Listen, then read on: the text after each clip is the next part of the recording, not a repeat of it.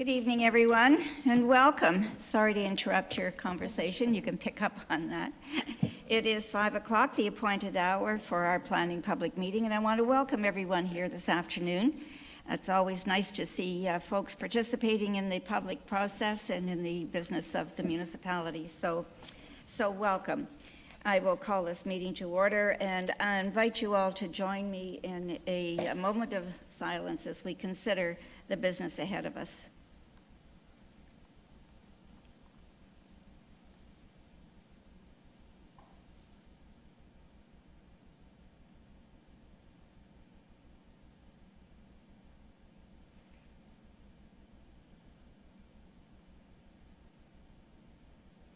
Thank you. We do have quorum this afternoon. Sorry. I just got a message that Paul will be here shortly. We'll be here shortly. Okay, we will have one more councillor at least joining us, but we do have quorum, so we will proceed. Is there any disclosure of pecuniary interest around the table at this time? Seeing none, we will move into our planning public meeting. We do have a script that we are obliged to go through, so if you'll bear with me, I will welcome everyone. We are here together today to learn about a proposal to amend land use planning rules applying to certain lands in the municipality of Meaford. It is very important for me to note that the Planning Act requires that a person who may later wish to file an appeal to council's decision on either one of these applications must either provide verbal comments today at this public meeting or provide written comments to council before the amendments are passed. The intention of this requirement is that only those people who have taken the time and the care to learn about the proposal and to engage in the planning process may have an opportunity to appeal a decision to the local planning appeal tribunal.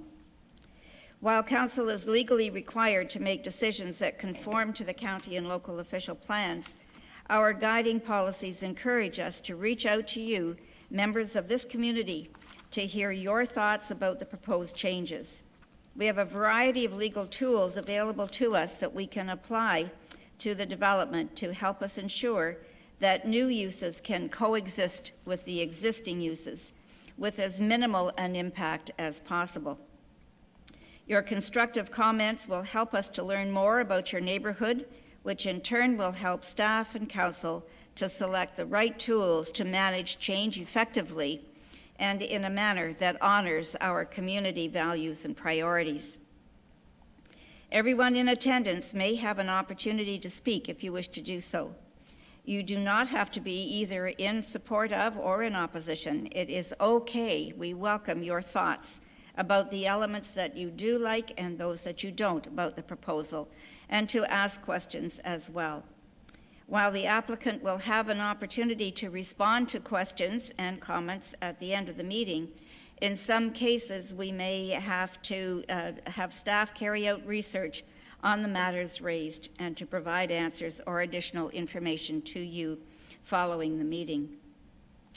With that, I will now call today's public meeting to order. It is a public meeting of the Council of the Municipality of Meaford to consider a proposed zoning bylaw amendment for 69 Denmark Street in the urban area of Meaford. This meeting is a mandatory part of the planning process which has been set out by the Planning Act. Based on the rules in the Act, there must be at least 20 days notice given to residents within 120 meters of the property. And notice was issued on November the 4th, 2020, giving the required 20 days notice. So off we go.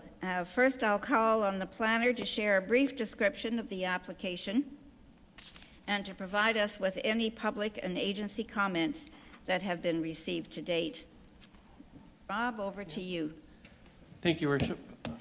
So the purpose of this public meeting is to rezone, or not to rezone, but to modify the exception applicable to the property.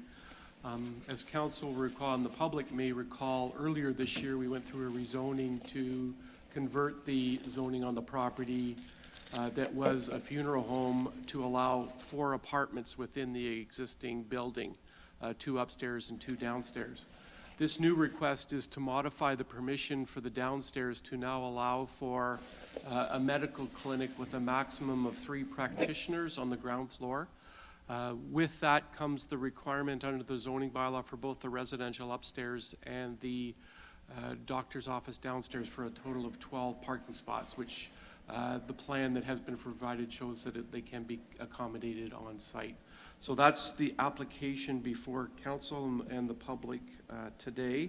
With regard to comments, we have received comments from the County of Grey. They have noted that the proposed development is in the urban area and really falls under our official plans. They've identified that it falls within the intake protection zone, IPZ2 of source water protection. That only applies when you have fuel storage on site, so it's really not applicable, but they're required to identify that. And basically have said they have no further concerns with regard to the application. We've also received notification from the Historic Saugeen Métis indicating no objection to the proposal. Okay, thank you. And so now I will call upon the applicant or the agent to review the proposal in more detail and to provide any comments they would like to provide.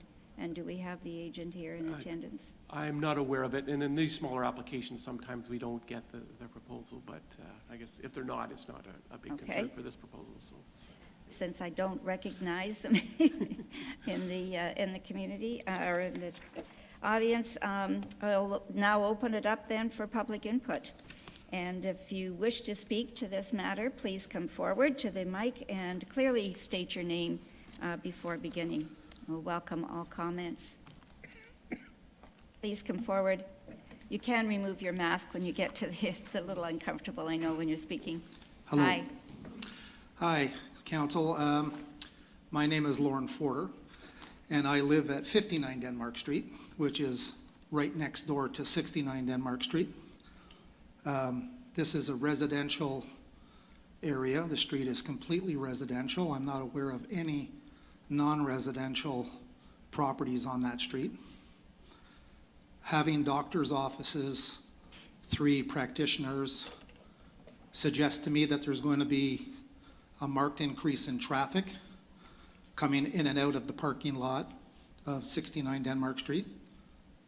The parking lot, the driveway at 69 Denmark Street is about 8 to 10 feet from my driveway. I'm concerned for the safety of my grandchildren and other people that are on my property with increased traffic coming into that property. I'm also concerned when you talk about a doctor's office, whether that can lead to addiction counseling and things of that nature that may be bringing people into the property that feed a drug addiction and are looking for opportunities to get money to feed their addictions. And I have things on my property that I'm concerned about people seeing and potentially taking. But the traffic is the main concern that I have. And so based on that, and that it is a residential community and a residential street, and it will no longer be that way, I'm opposed to this amendment. Okay. Thank you for your comments.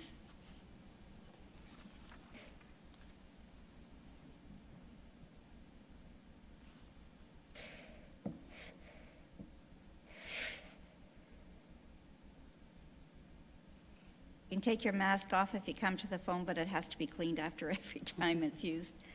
This is the world we live in today. Is there anyone else who wishes to comment on this specific property? Okay. And I guess there is no agent here to offer any comments or anything of that nature, so we will close this part of the meeting, and thank you for your comments. We will continue on with the discussion, and with the comments that we have received, there is still opportunity to submit comments as well. I would also encourage you, if you'd like to receive a mailed notice of the future decision on this file, please provide your contact information to our deputy clerk, Margaret, who's sitting in the front here, and there's a sign-in sheet in the lobby as well. With that, we will move on then to the second property that we're in discussion with this evening. Welcome, Councillor Vickers, coming in. And I would normally go through the preamble again, but everybody's here and has heard that preamble, so we'll move right into calling today's meeting of this public meeting to order. Again, it is a public meeting of the Council and Municipality to consider the proposed zoning bylaw amendment for 1 Legion Road in the urban area of Meaford. This meeting is a mandatory part of the planning process, which has been set out by the Planning Act. Based on the rules in the Act, there must be at least 20 days' notice given to residents within 120 meters of the property, and notice was issued on November the 4th, 2020, giving the required 20 days' notice. So we'll proceed then with this public meeting. And first, I will go to Rob, our planner, to share a brief description of the application and to provide us with any public or agency comments that have been received to date. Yeah. Rob? Yes, thank you, Worship. So this application before council is to consider some modifications to the existing zoning. Back in 2009, we rezoned the property in anticipation of a affordable housing project in conjunction with the Legion. The applicant is proposing to consider some modifications to increase the height and other matters in relation to the proposal that they will highlight in their presentation to council, so I wouldn't get into those details. So that's what's before council under a zoning amendment at this time. With regard to comments that have been received to date, from the County of Grey, they've noted that they have a particular interest at the potential interest with regard to potential traffic impacts at the intersection of Miller Street and Grey Road 12, being a county road, and we'll be reviewing and providing additional comments in relation to that intersection. But generally, staff have no concerns with the subject zoning bylaw amendment. They note in the application that they will complete a further review upon receipt of the condominium application. Since the public meeting notice went out, the applicant has advised that they're willing to switch the tenure, not necessarily the building design and that, from a condominium project to a life lease proposal. So the county won't be involved in reviewing the application, but we will be consulting with them just to ensure they are part of the process. From the, just do the agencies first.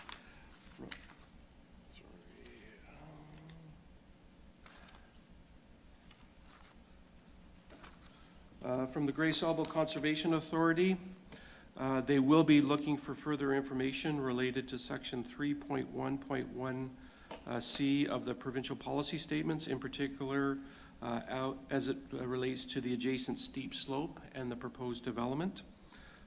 They will be looking for further information on the stormwater management under the detailed site plan approval process, but basically have no objection to the proposal.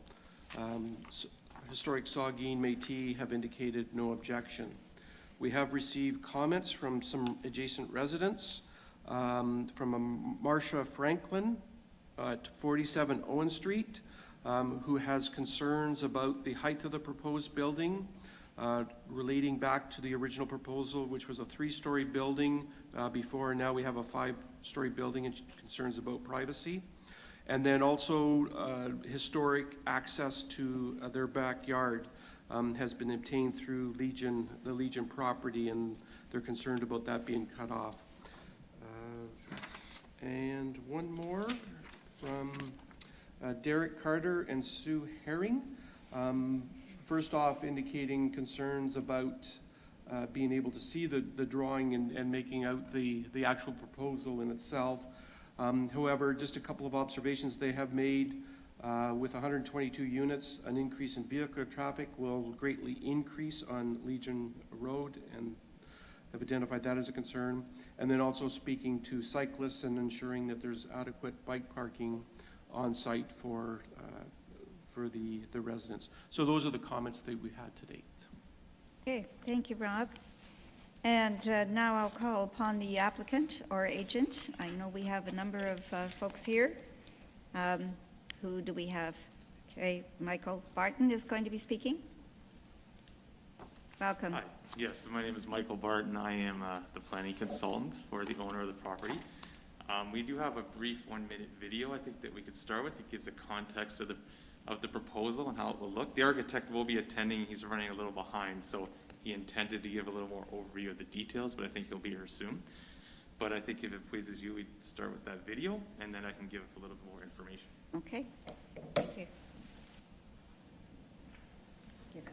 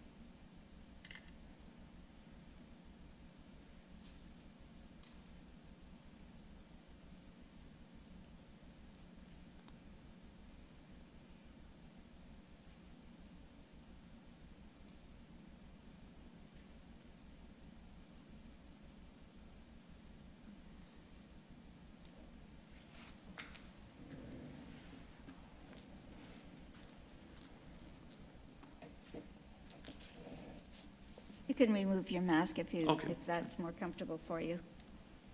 Sorry there wasn't some entertaining music to go along with that, but it was relatively brief. So you can see from the proposal, the intent is for an infill 5-story residential, or I was going to say condo, but that tenure has changed. So I've provided a planning justification report as part of this application that is with the public notice and on the website. I tried to nail it down in my analysis section, which was section 5, to really, in reviewing the available policies, the provincial policy statement, the municipality's official plan, zoning bylaw, I think it really comes down to if the proposed building height and massing, as well as the parking supply, is going to have any negative impact on the community. Will there be any adverse impacts on the sensitive environmental areas that are nearby?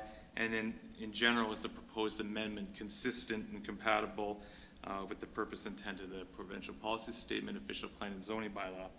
So the key elements that I've noted in the report, without going into too much detail, is that the property is located out of the Conservation Authority's regulated area, but there will obviously be quite a bit of attention paid to ensuring there's no elements such as stormwater runoff or other impacts on that area that's to the south. It does provide that buffering that's there. The redevelopment of the subject property also provides opportunities to enhance stormwater management relative to existing conditions. So it does, through a site plan approval process, allow an improvement of any conditions that may exist today with that property that may have negative impacts. The property is fully on municipal services. So as I mentioned, there's going to be stormwater containment on site, proper management of that coming off. It is within the existing urban area of the municipality. And the point I'm making in my report is that this represents what I call reasonable intensification. I know that's can be subjective depending on where you live, what's reasonable. But in terms of the potential for adverse impacts to neighboring properties, that's how I fit into that definition.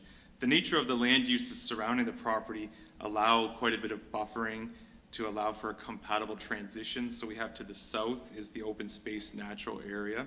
There's no residential or commercial uses there. There's residential properties to the north that back onto the property, but they have large rear yard separation as well as natural vegetation space. There's also a surface parking and setback areas proposed from the majority of the proposed massing that provides that to the east. So the residential properties that are located to the east, they have that separation of open space there as well. And then finally, to the west, you have an existing apartment building. So this is, you're looking at like a transition from the proposal to a smaller apartment before you're moving into lower density residential uses. So this proposal will diversify the character of the residential built form in the area, as well as the availability of units. It's also going to provide a significant improvement in the quality of built form and use on the property, its attractiveness to whether it's pedestrians, visitors, neighbors across the property. There's going to be a more controlled access to Legion Road as well. You're going to have just that access that's controlled within the property out, so you're not going to have the multiple driveways that are coming out onto Legion. So we are providing the proposed parking supply that meets the zoning bylaw. So I know there is often that concern. There's no on-street parking allowed today on Legion, so that wouldn't be proposed anyway, but the on-site parking is going to meet the zoning requirements. So when we look at it from the perspective of the additional height that's requested, it's being done through the bonusing provisions of the official plan. So again, we'll be looking to enter an agreement with the municipality on having those bonusing provisions as well. So to allow more time for discussion rather than listen to me talk, I think it really comes down to consistency with the provincial policy statements regarding development, the official plan, zoning. Big component here is when you bring all those pieces together, is this a form of development intensification that provides benefits to the municipality and the property? And it's my opinion that it does. I'm not sure. I think it's still just me here, but I think if it's open up to questions or first to have members of the public speak. Okay. You don't have your other guest to tell us about the proposal? We could speak to some specifics. I don't want to get too much architectural detail. If there's any of those specific slides that maybe we want to hold to take a look at, and I apologize, I wasn't intending on running through that piece of the presentation. Which, the Slides that the were slides those are that, the architect's slides, so I could speak to some of them if there's any questions about them on there, but I'm hoping he'll be here soon. okay. Councillor Kentner. Through your worship, I wonder if it would be possible to have the gentleman explain the floor plan so we could get an idea of the various sizes of units and so forth? Yeah. I would prefer the architect to address that element of it. As I said, he is on his way. I think the intent is to try and provide units that are of a reasonable size, so you're not trying to smack like 400 square foot units in, but at the same time, to try and provide some reasonable level in terms of the price points on these and to make them attractive to a diverse range. But I would ask that the architect address those specific design elements. Okay, well, while we're waiting for the architect to arrive, I think we'll open it up then for public input at this stage and see if there's any questions that you might be able to address in your presentation. Is there anyone in the audience that would like to ask a question or have a comment?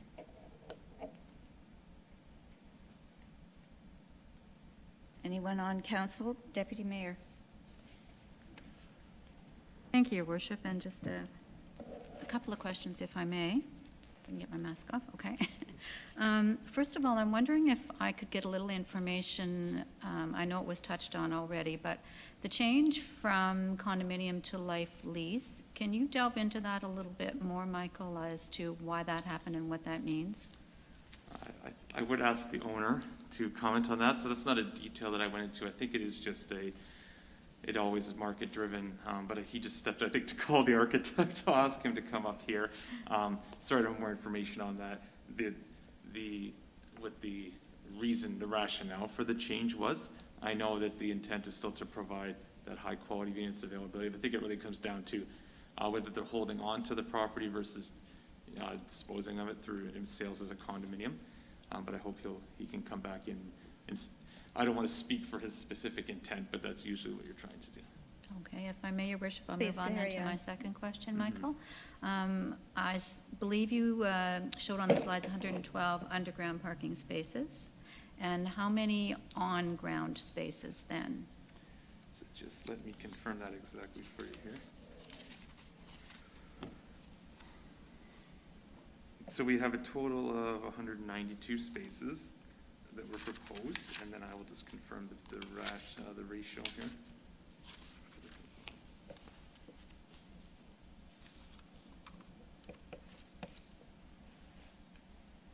So the plan is submitted had 80 surface level spaces and 112 below grade. Okay, yes. Your worship, I appreciate the opportunity to ask a third question. So I know that you folks have had a sales office set up now for a few weeks, and it's lovely, and you've been selling units. Can you share with us a little bit about the process? It just is curious to me. You started selling units before approaching council, and I'm wondering how many units are sold and if some units have been sold on that 5th level. Okay, so when Samuel returns, I'll ask him to comment specifics on the sales. I know the reason for starting sales is to gauge the market interest in the community. So this is where it could also drive the decision about condo versus lease. So it's also an element of it is the financing element of it. When you're the financier of the project is looking at how the early sales looks. Is it a viable project? Things like that. So I know sometimes it can be seen as being presumptuous that this project's going forward and that we start those pre-sales, but it really is to gauge those elements of it, the viability of the project. Should we be making changes to the project to make it more attractive, those types of things. So in terms of the specific status of the sales, I will ask the owner to comment on those. I don't have the current numbers on that, but that's really the intent of getting things going, having a presence in the community, engaging the interest of the product that you're putting out there. Thank you. Councillor Kentner? Through your worship, Michael, I've had or read somewhere where one of the appeals is perhaps more from an investment standpoint, and that you could buy one as an Airbnb and make money from it, and so on. So how does that fit the overall concept of the kind of housing we're trying to develop in Meaford? So I think that likely changes with the tenure question. I will ask him to address that specifically. I think definitely the Airbnb, and I know you're well aware of bylaws that have been passed in certain municipalities to try and restrict things like that. I think I'd be surprised to hear that specific discussion thrown out as a selling point. I think everyone knows, I work in communities across the province, and it's all the same about, are these going to be lived in or are they going to be rented out afterwards? It's always a concern. Unfortunately, it's hard to control that. I think when you look at things like a bylaw to control these Airbnb type situations, I think when you start looking at a rental or a lease building versus a condo, you do have the opportunity there, because it's not just a matter of, I guess the tenant still could rent it, sublease it out to someone else, those kind of things, but it really is hard to control at the developer stage. But I do think having this as a situation where it's not just going to be an owner of a condo and could make it a vacation property that they lease out different person every month, or I've heard about cases of strictly like party units, the only reason they have them. That's not something that I've heard about here as being used as a selling feature, and I don't think the owner's been doing that either. But I do think the tenure discussion really helps with that control over the use of it as an Airbnb or things like that. So I'm not aware if your municipality's looked at a bylaw on that, or if you have a real problem, but I think that's, unfortunately, and planning staff may have more thoughts on that, to try and control it at this stage is probably a challenge to do that. It's more of a use after the fact and a bylaw control issue, but I'm well aware of the concerns about something like that.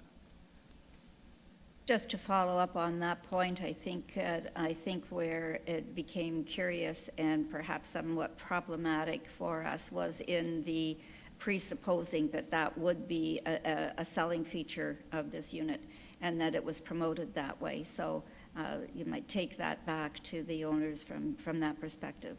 And I would ask him to, he is back. Would you, okay, I think our architect is here as well. I will ask him to comment on those. So there were the sales number items, the tenure, and then the question about that. So I would ask him to comment on that. And then the unit types and sizes, I think Mr. Sherman can comment on those items as well. And I Rob, over to you. So, yeah, through your worship, just to speak to the issue of short-term rentals or Airbnbs or anything like that. Under our zoning bylaw, they fall under the definition of what we call cottage rentals.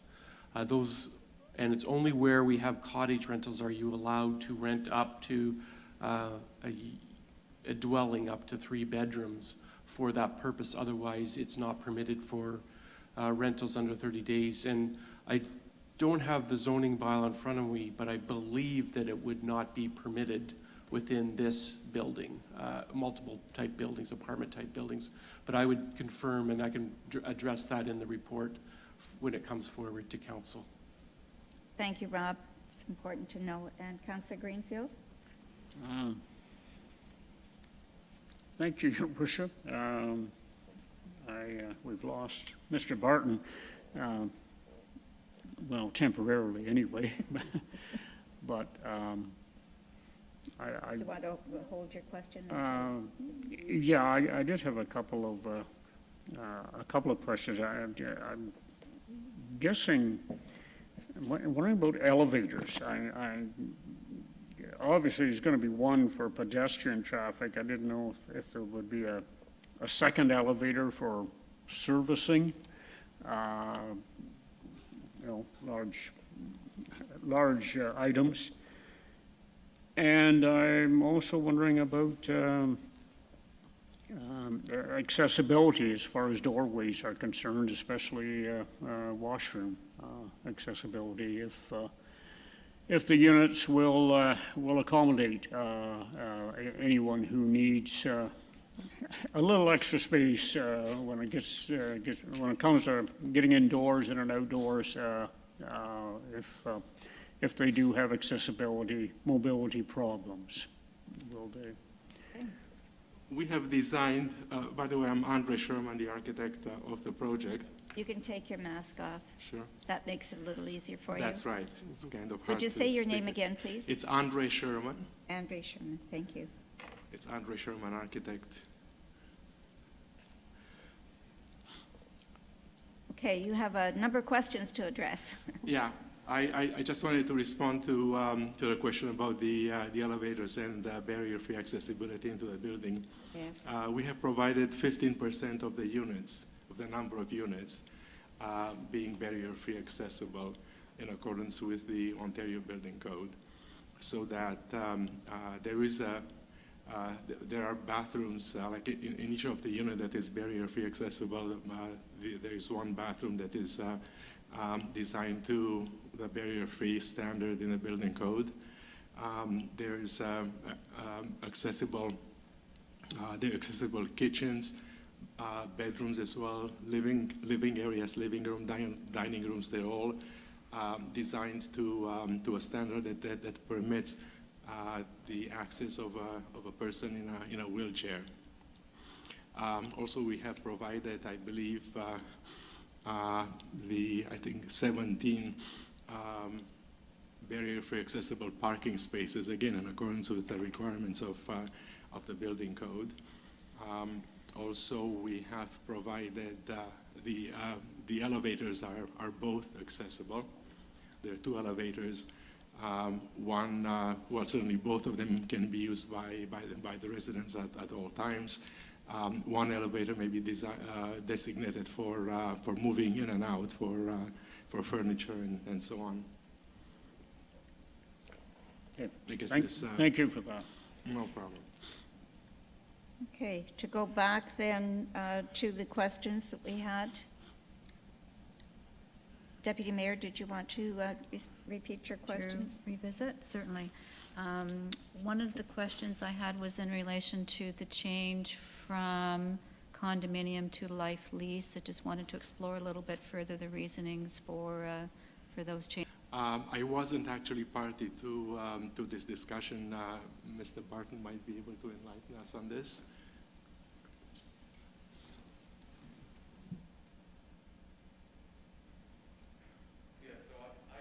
Just confirm with the owner as well. So the intent here is based on a demographic basis. So looking at making this a community that really represents the age of the demographic in the area, trying to create more of a community feel rather than strictly selling off individual units here and there. So it's meant to appeal to the identified demographic of buyers. The question about sales status, so there aren't any sales yet at this point. So the sales office has been open to be gauging that market interest, like I said, and get feedback. So they aren't taking sales or reservations at this time. So it's really to get feedback from interested buyers on what they're looking for in terms of a product here. Okay. Is there anything further? Shirley? Your worship, if I may, just to follow up on that question then, are you hearing considerable interest? I believe you suggested you're not taking sales yet, just potential reservations. Are you seeing considerable interest? Yes, I think the owner may comment on that, but they are seeing that interest. So I think that's why getting that feedback before they've got the product finalized for that sales. So I think, do you want to add any more to that?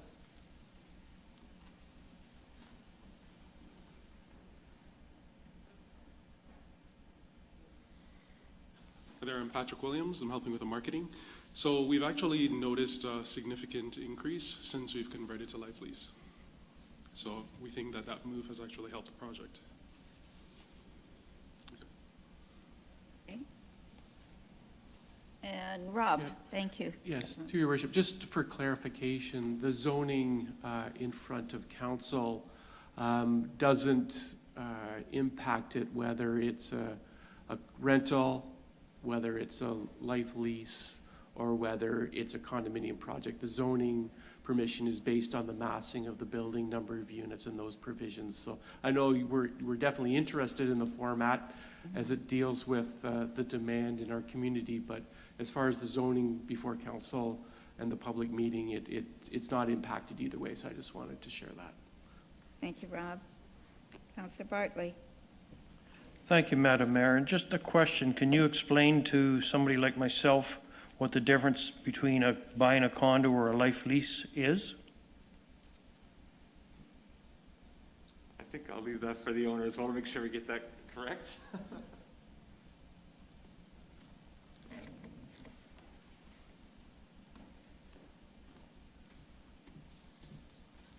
So there's a few different things. With a condo, basically the owners actually have a percentage ownership of the common areas. So the building, hallways, swimming pool, and so on. However, with a life lease, the developer retains ownership of the land. So right now, the developer is in it for the long haul, right? They will be there to maintain the building and so on. In a nutshell.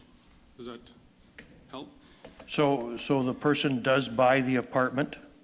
Right, it's like you're purchasing exclusive rights to occupy the space, but you don't own the land. Whereas in a condo, you actually have a percentage ownership in the common areas. Thank you. Okay, and Deputy Mayor? Just another question of curiosity, if I may. On the slide, we saw a workout room. Could you share with us what other amenities, if any, that you're providing?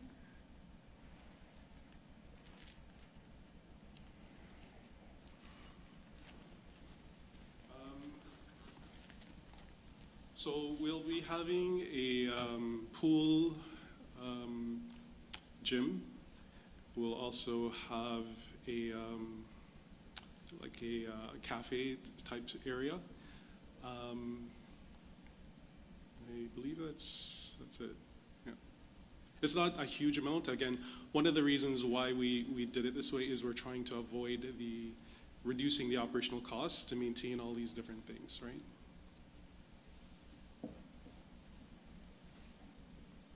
So is that what you call a private club? Is that the reference in the zoning amendment to the private club? Rob, maybe you can answer that. Yes, that's, That's well, the exact- private club, I think, was the Legion permission that was before, but that would be the private club aspect in this one for sure. Sure, okay. Add to that as well. We are in talks with the Legion to see how we can still support them in that capacity by utilizing the space that we currently have, or we plan to put in place. Councillor Kentner? Yes, through your worship, perhaps the architect could describe for us, using the slide, the various sizes of units that they will be and how many of each?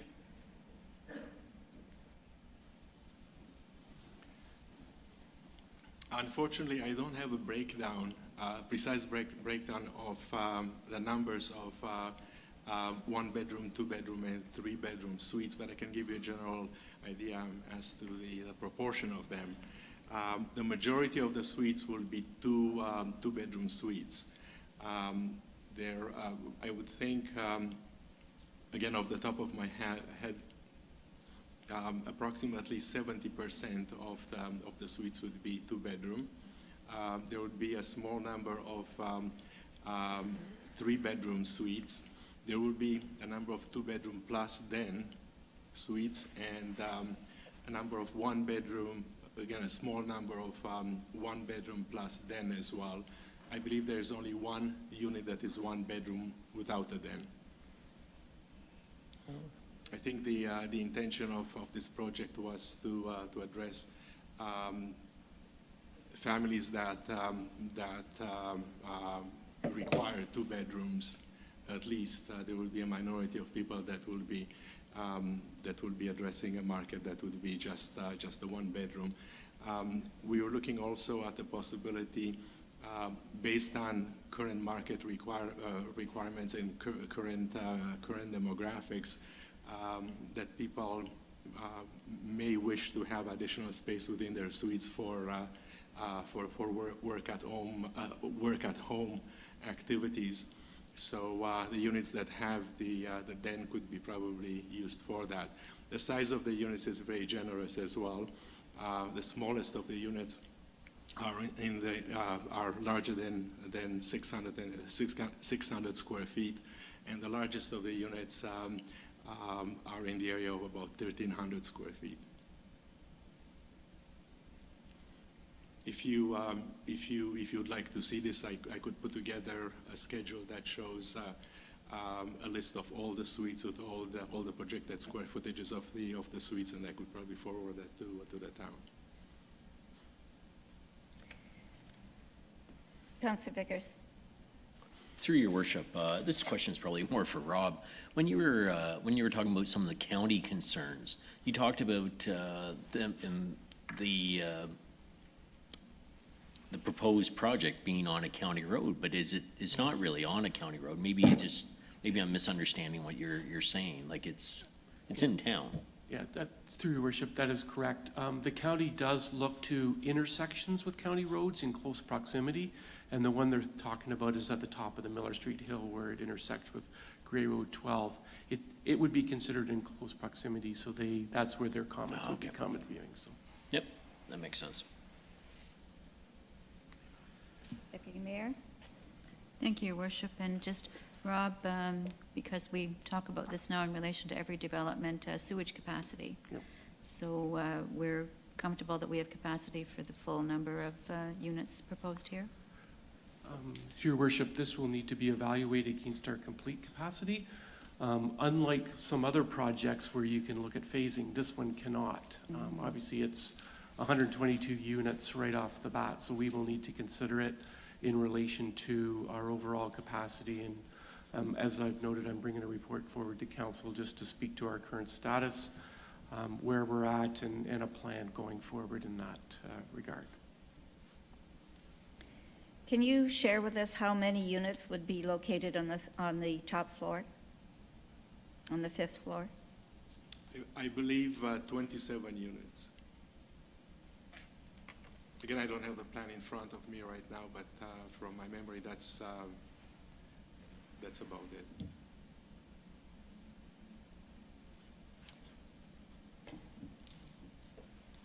Councillor Kentner? Through your worship, sir, we did have a video presentation that I think they could stop on the floor plan so that you could just kind of walk us through, here's where the main entrance, here's, is that possible? Yes, if you could run the presentation.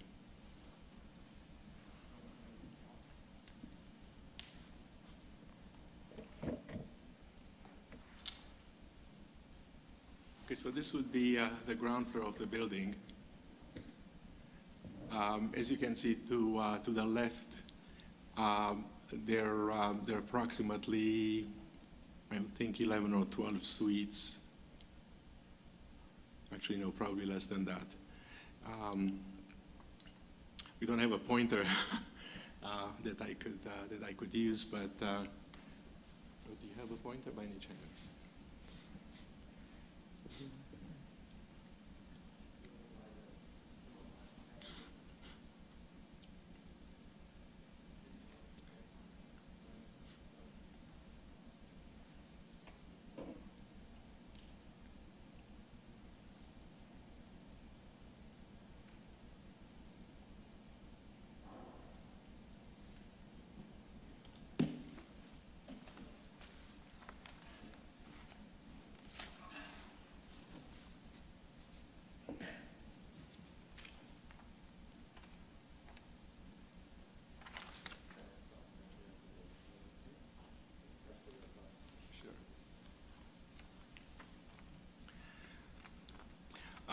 Let's say you're driving to the building. This would be, there are two driveways into the property. This driveway leads to the main entrance door into the lobby, which is through this vestibule. There is another driveway that would bring you into the parking lot. The building, most of the building is built from the second floor up. So the ground floor, there is parking on the ground floor. We've located the barrier-free parking spaces at the front of the building with short walking access into the main entrance of the building and leading to the elevators, which are located, I believe, here. No, I'm sorry, the elevators would be here. Going back to the parking lot, we have approximately 67 or 68 parking spaces. It's far away for me to be able to read the numbers, but that's what we have. There is a ramp that takes you from the ground floor parking lot into the basement of the building, which is used almost entirely by parking spaces. So we have a total of, I believe, 192 parking spaces. There is a stair at this side of the parking lot that is an exit from the underground parking, and the stairs take you all the way up to the 5th floor. And once you enter the building through here, again, the bank of elevators is located at this location, and there's a number of common area spaces that include a library and meeting room. It includes, actually, the library and meeting room are back here. It includes an office, a manager's office, a move-in room, and also a universal washroom. There is at the back here. There's this area is designated for building services, and there are a number of apartments located to the west and northwest of the building. I believe there's 1, 2, 3, 4, 5, 6, 7. I think it's about seven apartments on this side. There's a mix of 1 and 2 bedroom apartments. There's about, I believe, 2 of them that are barrier-free accessible. On this side of the building, there's the health club. Now, we have revised this. Unfortunately, you don't have the revised floor plan that shows that the swimming pool is now located here with a weight room, with a cardio room, and washrooms and locker rooms for the people that will be using it.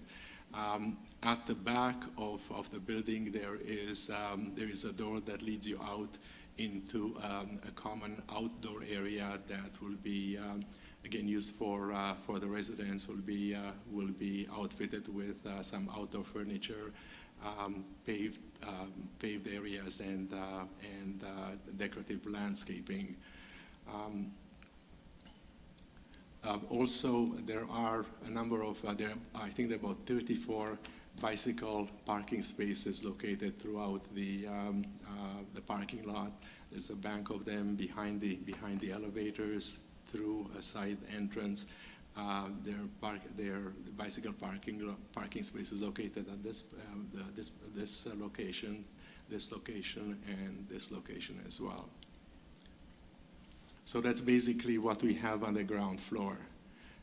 If you'd like to continue with perhaps the basement, so you can see the arrangement of the parking at the basement.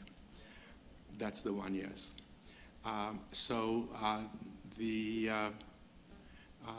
This is the ramp. Like from the ground floor, you would be driving down this ramp to access the basement parking, the underground parking, which is located throughout the basement. As you can see them here, we're talking about, I think it's 112 parking spaces. There are some areas that will be used for building services, and there's an extensive amount of space that will be used for lockers, for residents' lockers. And again, as I said, the rest of the basement is allocated for parking. If you'd like to move forward to the second floor, that's the ground floor again. There's another drawing of the second floor. Yeah, that's the second floor. The second, third, and fourth floor are basically identical, and you will see here that we have a mix of apartment types. Facing the street, we've got 2-bedroom units. These ones, a number of them, probably about 10, 11 of them are similar, and the units that face the interior portion of the lot are also 2-bedroom units, and they're lined up on this side. Around this area, we have, again,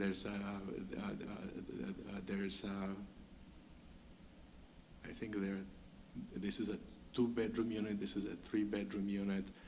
I believe here we have a 2-bedroom, and I think there's a 1-bedroom and a 2-bedroom with a den. And on this side again, there's a mixture of mainly 2-bedroom units. There's a larger, I think there's a 2-bedroom plus a den unit here. There's 2-bedroom units along here, a 3-bedroom unit in the corner, and I believe the only 1-bedroom unit is here. And the same applies for the third and the fourth floor. As you can see, oops, I think I lost the bank of elevators is right here. There is one stair, an exit stair going to the ground floor, another exit stair going to the ground floor, and exiting to the decorative outdoor common area. And there's another staircase at the end of the building that goes down to the ground floor and all the way to the basement. So I think the next drawing would be the fifth floor.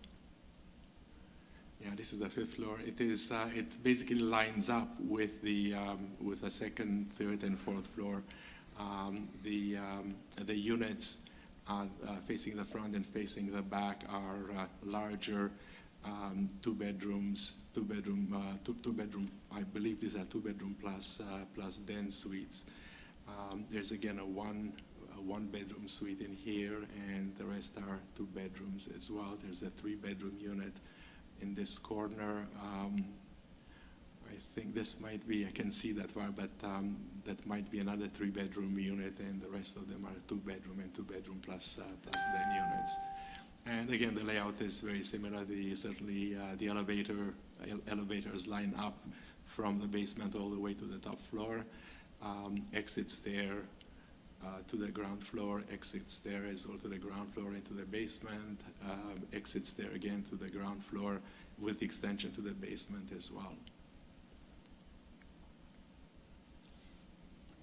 So that's basically the entire mix and layout of the entire building. Any further questions? Deputy Mayor?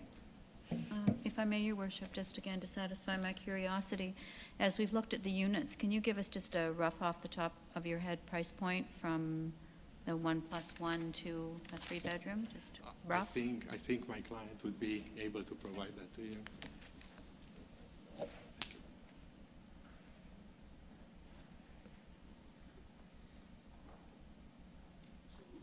Excuse me, just to start, one bedrooms are starting from the high 300s.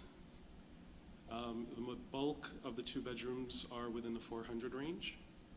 And then the more larger units, we have some in the 600 range.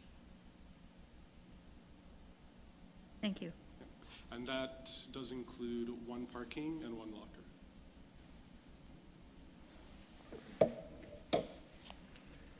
Councillor Kentner? A question for Rob, through your worship. Rob, could you explain just exactly what kind of bonusing permits the 5th floor and how that sort of works? I'm sure people in the audience would be as interested as we are. Yeah. So there's, through your worship, there's provisions within our official plan that speak to you can have a 3-story building as of right without bonusing, and then you can have a 4th or a 5th story with Section 42 bonusing under the Planning Act. And our official plan has a list of different things that can qualify to bonusing. And basically, sometimes it's provision of affordable housing. Sometimes it can be contribution to a public benefit amenity that will be determined and incorporated under the bylaw. So those are the things that we would need to discuss.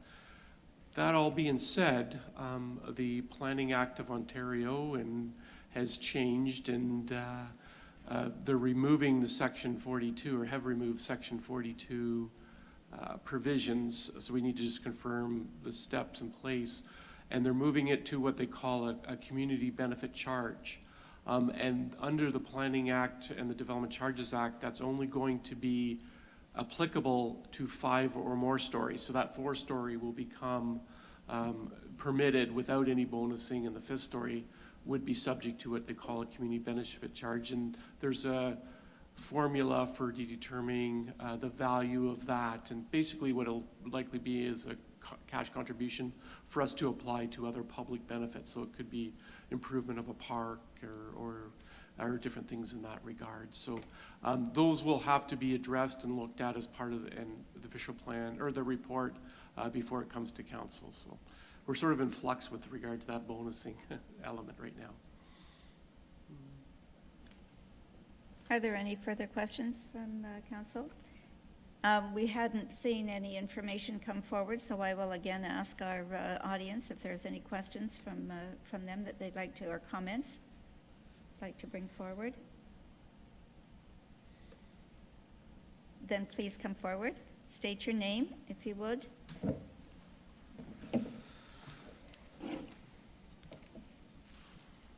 Hi, my name is Chris Kornacki.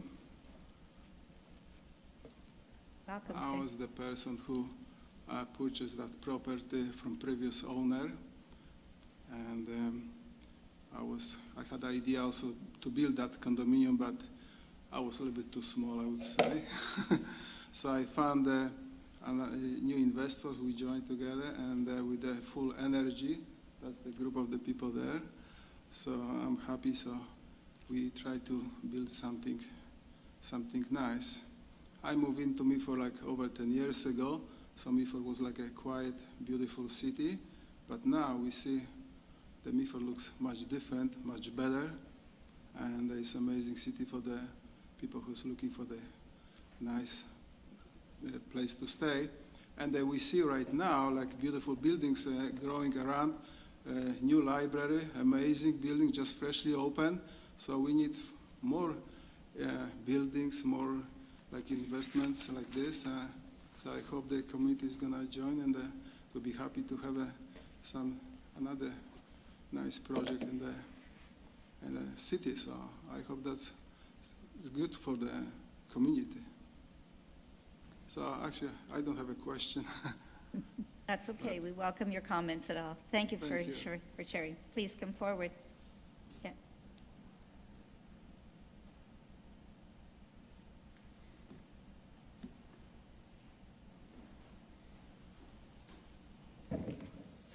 Hello, my name is Samuel. I'm one of the investors for this project. And I just wanted to elaborate on the fact that we're currently talking to the Legion. And the reason for that is because we're trying to make this property a hub for the city, for the town. So we've incorporated different amenities in the building. Unfortunately, we haven't managed to show the rendering, but we do have a dining hall, which will be used and controlled by the Legion.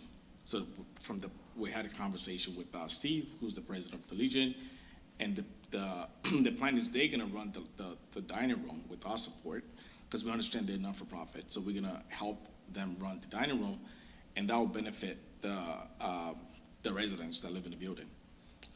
You have obviously the swimming pool, and to my understanding, this has to have some sort of community feel to it in order to consider the fit for it. So we are open to different suggestions and different ideas on how to open up the amenities, not only to the residents, but also to the community as well.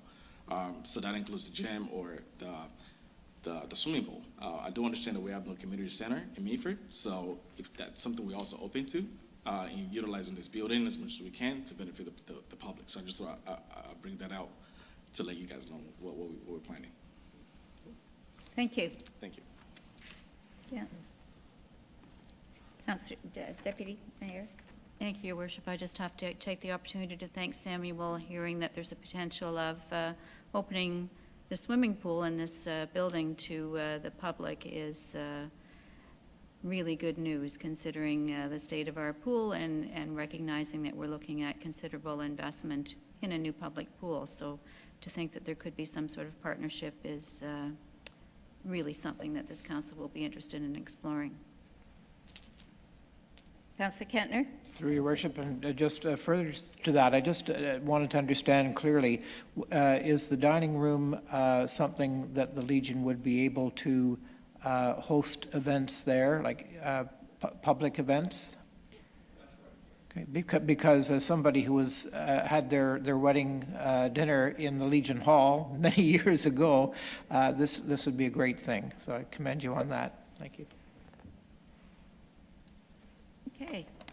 Is there anything further, Rob, that you want to bring forward? Nothing for me, Your Worship. Okay.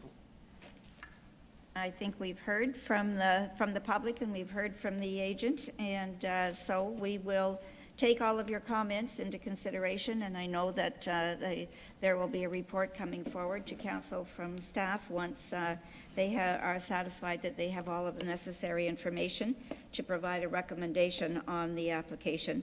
That detailed planning report will be brought back to council to assist us in our decision-making. So this report will evaluate how the proposal does or does not satisfy the provincial, county, and municipal policies that must be considered as part of council's decision. It will also explore the various public and agency comments received regarding the application, noting those tools which may be applied in order to address concerns raised and to mitigate potential impacts on nearby properties. Again, if anyone would like to receive mailed notice of the future decision in this file, please provide your contact information to the deputy clerk or sign in at the desk available in the lobby. And with that, I believe we have completed the information and this public meeting, and I will declare it adjourned. Thank you all for attending.